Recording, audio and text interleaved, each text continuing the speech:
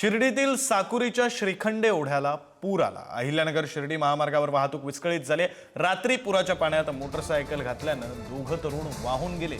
एकाला वाचवण्यात यश आलंय तर एक अद्यापही बेपत्ता आहे। अहिल्यानगर शिर्डी महामार्गावरून आढावा घेतलाय आमचे प्रतिनिधी प्रशांत शर्मा यांनी। हवामान खात्याने अहिल्यानगर जिल्ह्याला दिलेल्या येलो अलर्ट नंतर काल रात्री मोठ्या प्रमाणात मुसळधार पाऊस जो आहे त्या परिसरात कोसळलेला आहे। विशेष करून शिर्डी राहता या परिसरात जो आहे मुसळधार पाऊस पडलेला आहे।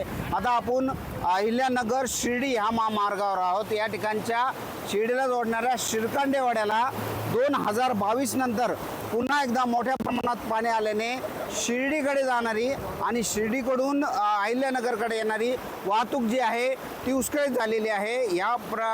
काल रात्री या ठिकाणी दोन तरुणांनी मोटरसायकलवर हा रस्ता पार करण्याचा प्रयत्न केला।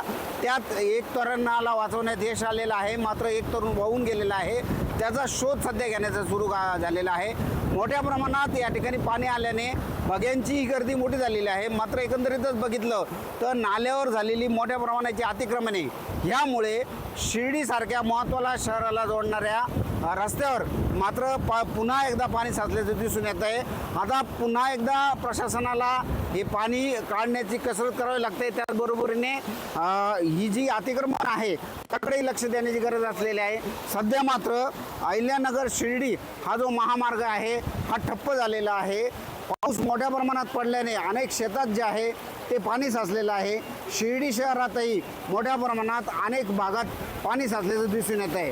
प्रशांत शर्मा, पुढारी न्यूज, अहिल्यानगर।